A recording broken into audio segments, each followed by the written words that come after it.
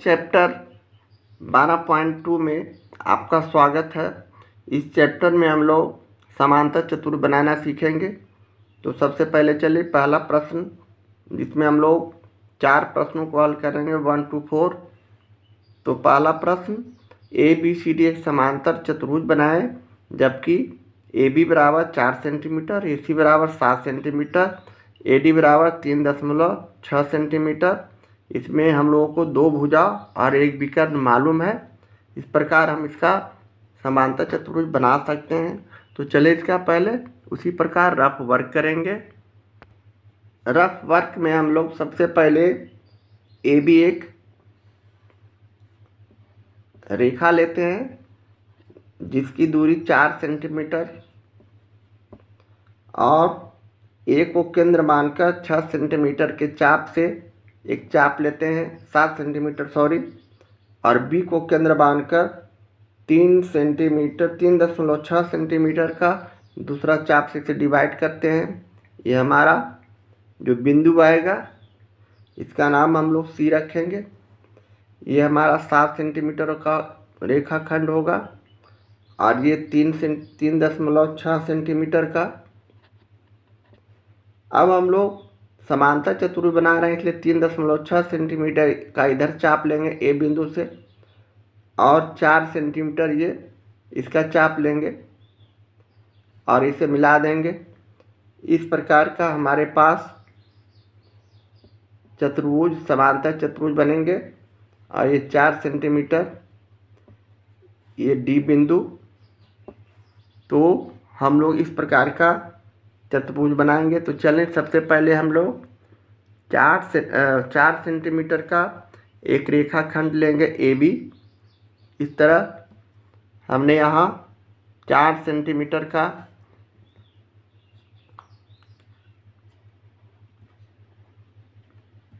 एक रेखाखंड खींचा। ये हमारा 4 सेंटीमीटर का एक रेखाखंड हुआ जिसका नाम हम AB रखेंगे, जो कि 4 सेंटीमीटर का है। अब हम लोग B बिंदु से 3.6 सेंटीमीटर का दूसरा माप लेकर इंच पर इसे एक चाप लेंगे 3.6 सेंटीमीटर का। ये हमारा 3.6 सेंटीमीटर हुआ। यहाँ से हम इसे इस तरह एक चाप लेंगे। पुनः 7 सेंटीमीटर का हम लोग दूसरा चाप लेंगे। यहाँ से हम 7 सेंटीमीटर इस तरह माप करते हैं। ये हमारा 7 सेंटीमीटर का दूसरा माप है, जिसे हम यहाँ से रखकर इसे काट देते हैं। थोड़ा सा चाप हमारा छोटा पड़ गया है, तो ऐसा करते हैं। पुनः दोबारा इसे हम 3.6 सेंटीमीटर माप लेकर इसे आगे बढ़ाते हैं।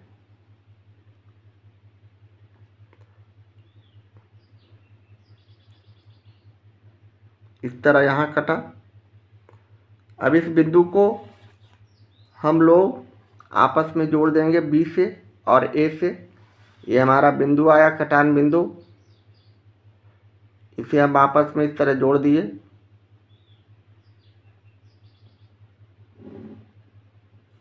और इसे भी हम जोड़ दिए A और ये बिंदु को। इसका नाम हम लोग C रखेंगे। ये हमारा 3.6 सेंटीमीटर का था, इसे हम इस तरह लिख देंगे। और ये 7 सेंटीमीटर। अब चूंकि यह समांतर चतुर्भुज है, इसलिए हमारा AB भुजा के बराबर CD भुजा होगा और BC भुजा के बराबर हमारा ये 3.6 सेंटीमीटर है 3.6 सेंटीमीटर का दूसरा चाप लेंगे। तो चलें उसी तरह फिर हम लोग 3.6 सेंटीमीटर का एक चाप पुनः लिया, जो कि पहले से हमने माप करके रखे हुए थे। यहाँ से हमने इसे इस तरह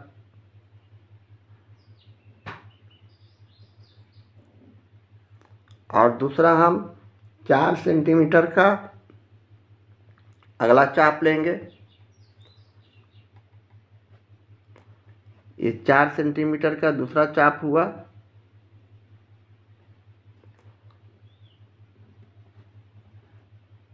जिसे हम यहाँ से इसे डिवाइड कर देंगे। ये जो कटान बिंदु आया यही हमारा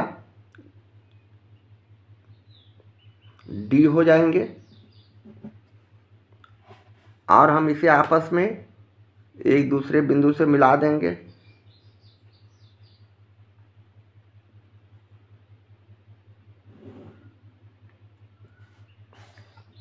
और डीसी भुजा को भी इसी तरह मिला देंगे।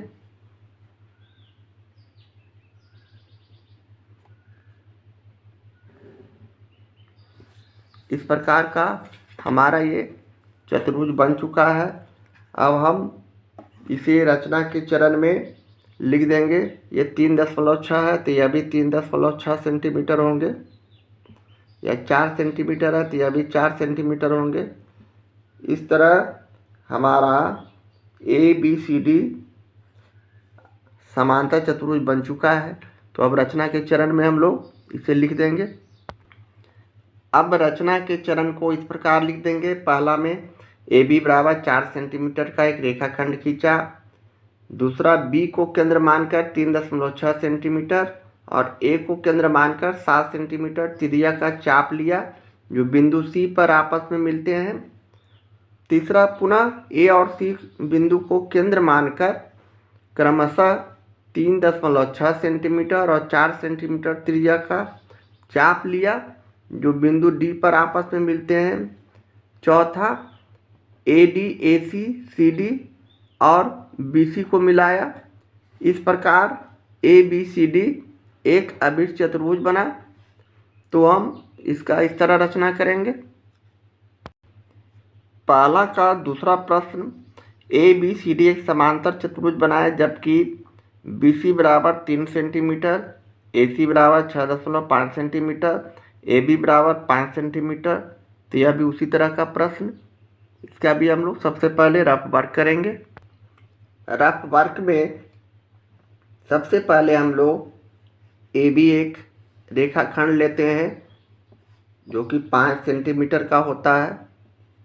5 सेंटीमीटर का एक रेखाखंड लेंगे और बिंदु A से 7 सेंटीमीटर का एक चाप लेंगे, है ना। और B बिंदु से 3 सेंटीमीटर का चाप लेंगे। सपोज दैट यहाँ आया और इसको इस तरह मिला देंगे।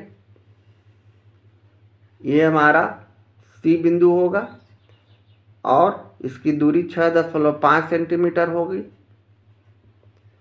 और ये 3 सेंटीमीटर होगा BC। अब पुनः 3 सेंटीमीटर का चाप एक इधर लेंगे और C बिंदु से एक चाप इधर लेंगे 5 सेंटीमीटर का। सपोज दैट इस तरह बना और ये इस तरह बना, है ना। ये 5 सेंटीमीटर होंगे और ये 3 सेंटीमीटर, इसलिए कि समांतर चतुर्भुज के आमने सामने के भुजा बिल्कुल समानांतर होना चाहिए। तो ये 5 सेंटीमीटर तो ये भी 5 सेंटीमीटर। ये लंबाई चौड़ाई 3 सेंटीमीटर तो चौड़ाई इधर भी 3 सेंटीमीटर। तो ABCD इस प्रकार का एक अभिष्ट समांतर चतुर्भुज बनेंगे जिसका विकर्ण AC 6.5 सेंटीमीटर है। तो चलें इसका भी हम लोग उसी तरह रफ वर्क के आधार पर सबसे पहले 5 सेंटीमीटर का एक रेखाखंड ले लेते हैं। तो ये रहा हमारा 5 सेंटीमीटर का रेखाखंड। इसे हम पार्टेट करते हुए AB लिख देंगे। ये हो गया A और ये B जो कि 5 सेंटीमीटर का है। अब यहाँ से हम लोग 3 सेंटीमीटर का एक चाप लेंगे जो कि बी बिंदु पर रखेंगे। 3 सेंटीमीटर का एक चाप लिया।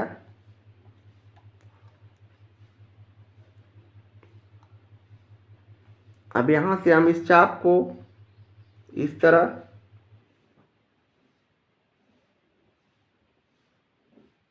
लेंगे और दूसरा चाप ए बिंदु से 6.5 सेंटीमीटर लेंगे। तो 6 यहाँ हुआ और ये 5 यहाँ हुआ, ये 6.5 हो गए। इसे हम एक चाप से काट देंगे।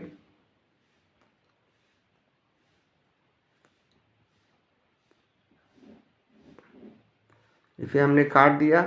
अब इस बिंदु का नाम सी रखेंगे। अब पुनः सी को केंद्र मानकर और ए को केंद्र मानकर क्रमशः 5 सेंटीमीटर और 3 सेंटीमीटर का दूसरा चाप लेंगे। तो ये 5 सेंटीमीटर हो गया और इसे हम इस तरह 5 सेंटीमीटर का एक चाप से इसे यहाँ से हम इधर एक चाप लिया और 3 सेंटीमीटर का दूसरा चाप लिया। यहाँ से हम इस तरह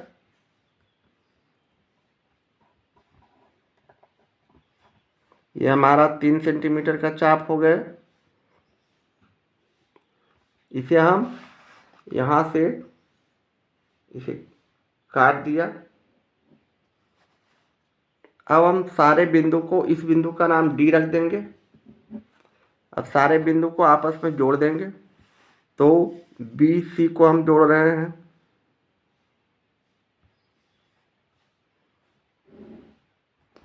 और ए सी को बोल रहे हैं, जो कि विकर्ण है।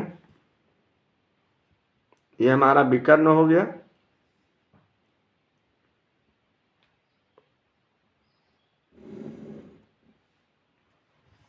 और ए डी भुजा को जोड़ रहे हैं।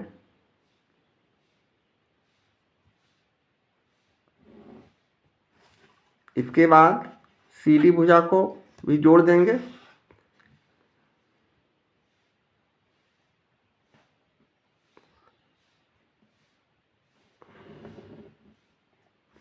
इस प्रकार हमारा ये समांतर चतुर्भुज तैयार है। अब इसकी दूरी लिख देंगे। बी सी हमने 3 सेंटीमीटर लिया था, यह भी 3 सेंटीमीटर और ये 5 सेंटीमीटर और यह विकर्ण 6.5 सेंटीमीटर। इस प्रकार हमारा यह अभिष्ट समांतर चतुर्भुज बन चुका है। अब इसके रचना को चरण को उसी तरह लिख देंगे। रचना के चरण में हम लोग सबसे पहले ए बी बराबर 5 सेंटीमीटर का एक रेखाखंड खींचा। दूसरा पॉइंट ए और बी बिंदु को केंद्र मानकर क्रमशः 6.5 सेंटीमीटर और 3 सेंटीमीटर त्रिज्या का चाप लिया, जो सी बिंदु पर कटते हैं। यहाँ पुनः ए और सी को केंद्र मानकर क्रमशः 3 सेंटीमीटर और 5 सेंटीमीटर त्रिज्या का चाप लिया, जो एक दूसरे से डी बिंदु पर मिलते हैं। यहाँ मिलते हैं, यहाँ से हमने 5 सेंटीमीटर और ए से यहाँ 3 centimetre. A D, A C, B C और सी डी को मिलाया। इस प्रकार समांतर चतुर्भुज ए बी सी डी बना। सारे भुजा को हम मिला दिए, ए सी, ए डी, सी डी और बी सी। इस प्रकार हम इस कंस्ट्रक्शन को हल करेंगे, क्योंकि यह समांतर चतुर्भुज का प्रश्न है। आमने सामने के भुजा बराबर रहते हैं समांतर चतुर्भुज में।